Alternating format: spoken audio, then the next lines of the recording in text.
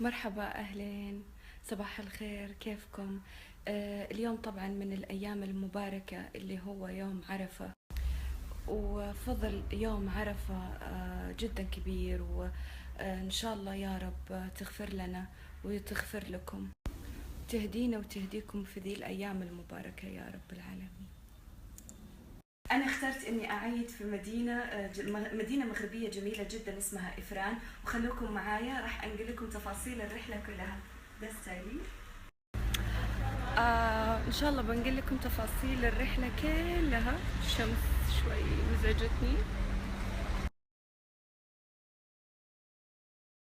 أوكي، الحين راح آخذ فطور قبل ما أمسك الخط. إيش تنصحوني آخذ؟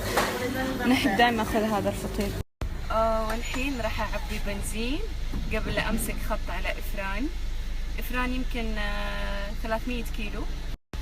أبي أسألكم سؤال، مين زي تحبون ريحة البنزين؟ صراحة تعجبني.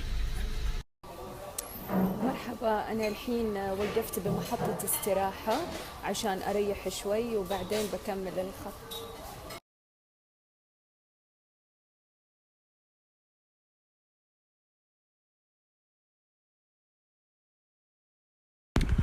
وهذه محطة الاستراحة وهنا البنزين. بس ما في ريحة بنزين. روح شوية شمشم ريحة بنزين. ايش رايكم؟ عشان الطريق، يعني عشان الدماغ.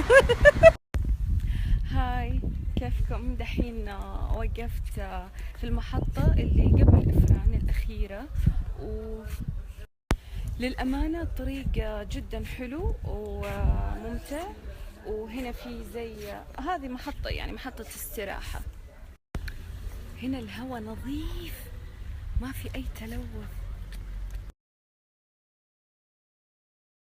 وصلنا للأوتيل وأخيرا.